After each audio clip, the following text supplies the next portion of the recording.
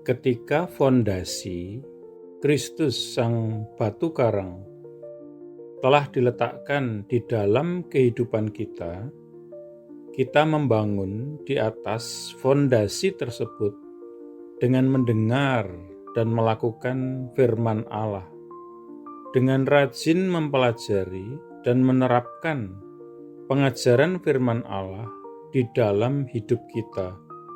Inilah sebabnya Rasul Paulus mengatakan kepada para penatua gereja di Efesus,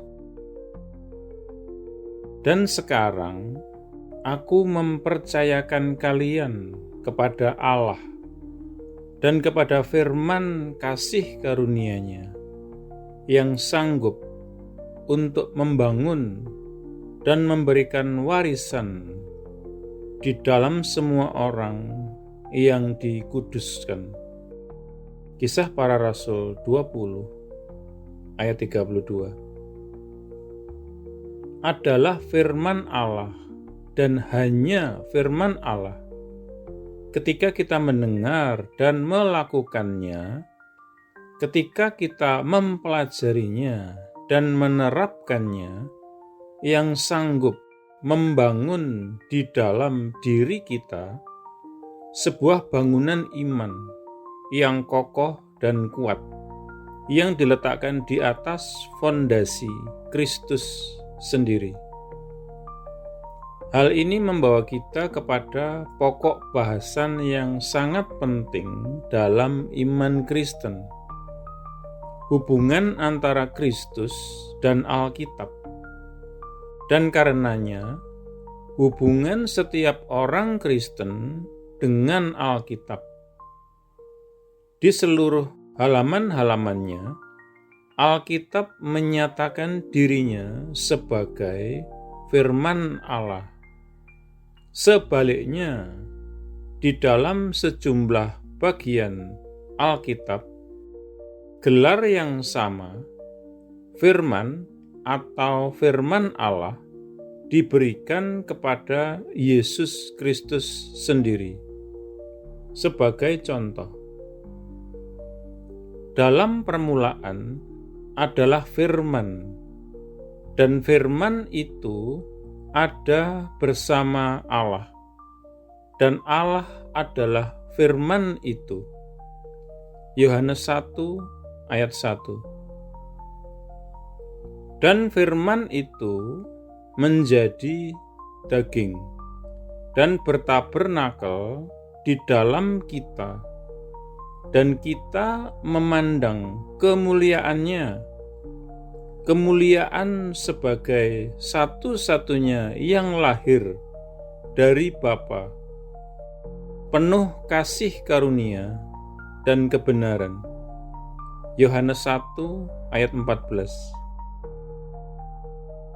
Dan Dia dikenakan jubah yang dicelupkan darah, dan namanya disebut firman Allah. Wahyu 19 ayat 13. Identitas nama ini menyingkapkan identitas sifat. Alkitab adalah firman Allah, dan Kristus adalah firman Allah. Masing-masing adalah sama-sama pewahyuan Allah yang ilahi, berotoritas dan sempurna. Masing-masing ada dalam kesesuaian sempurna satu sama lain. Alkitab secara sempurna menyingkapkan Kristus. Kristus secara sempurna menggenapi Alkitab. Alkitab adalah firman Allah yang tertulis.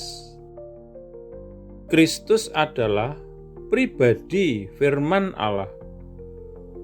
Sebelum inkarnasinya, Kristus adalah firman kekal yang bersama-sama Bapa.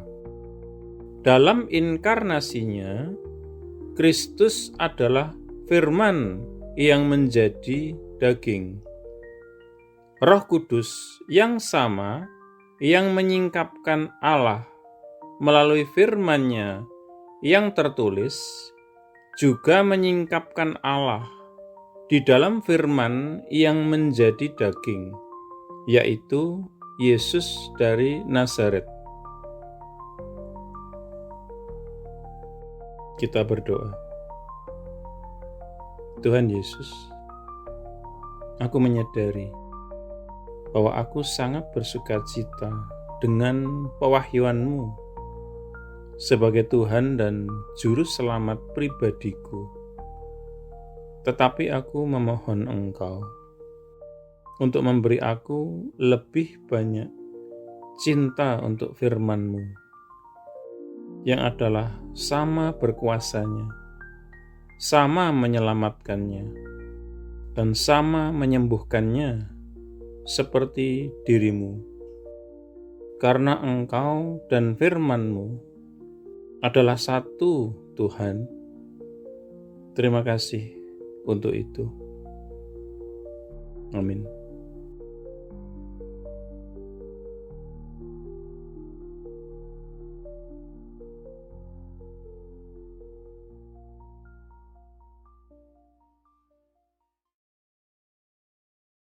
Jika Anda belum menjadi murid Yesus atau belum menerima Yesus sebagai Tuhan dan Juru Selamat pribadi Anda, ikuti doa berikut ini. Tuhan Yesus Kristus, aku percaya bahwa Engkau adalah anak Allah dan jalan satu-satunya menuju kepada Bapa, dan bahwa Engkau telah mati di kayu salib untuk dosa-dosa yang aku perbuat, dikuburkan, namun kemudian Engkau bangkit kembali dari antara orang mati, supaya aku dapat diampuni dan menerima hidup yang kekal. Aku menanggalkan segala kebanggaan dan pembenaran diri sendiri agamawi, dan segala macam gengsi yang tidak berasal daripadamu. Aku tidak punya klaim apapun atas belas kasihan-Mu, kecuali bahwa Engkau telah mati menggantikan aku. Sekarang aku tidak akan memberontak dan berdosa lagi kepadamu, ya Tuhan. Dan aku menyerahkan diriku kepadamu, karena sesungguhnya Engkau adalah Tuhanku. Aku mengakui segala dosa-dosaku di hadapan-Mu, dan aku tidak menyembunyikan apapun. Secara khusus aku mengakui, sebutkan dosa-dosa yang pernah Anda perbuat, yang Roh Kudus ingatkan. Aku bertobat dari segala dosa-dosaku, ya Tuhan. Aku berbalik dari mereka, dan aku kembali kepadamu, ya Tuhan, untuk belas kasihan dan pengampunan-Mu. Aku memohon pengampunan-Mu, terutama atas dosa-dosa yang menyebabkan diriku terkena kutuk. Lepaskanlah diriku juga dari akibat dosa-dosa bapa leluhurku di masa lalu. Oleh keputusan kehendakku, aku dengan sadar mengampuni setiap orang yang pernah melukai atau bersalah atau merugikan aku, sama seperti aku ingin Tuhan mengampuni diriku. Aku menanggalkan seluruh kepahitan, seluruh kemarahan dan dendam, dan segala kebencian. Secara khusus, aku mengampuni. Sebutkan nama-nama orang yang Anda maksudkan. Aku membatalkan dan memutuskan segala hubungan yang pernah aku miliki dengan hal-hal okultisme dan segala macam agama palsu dan segala sesuatu yang berasal dari iblis. Seandainya aku masih punya barang-barang yang menghubungkan diriku dengan iblis, okultisme, dan agama palsu, aku berkomitmen saat ini, Tuhan, untuk menyingkirkan dan menghancurkannya. Dengan ini pula aku membatalkan segala hak atau kekuasaan yang dimiliki iblis atas tubuhku dan kehidupanku.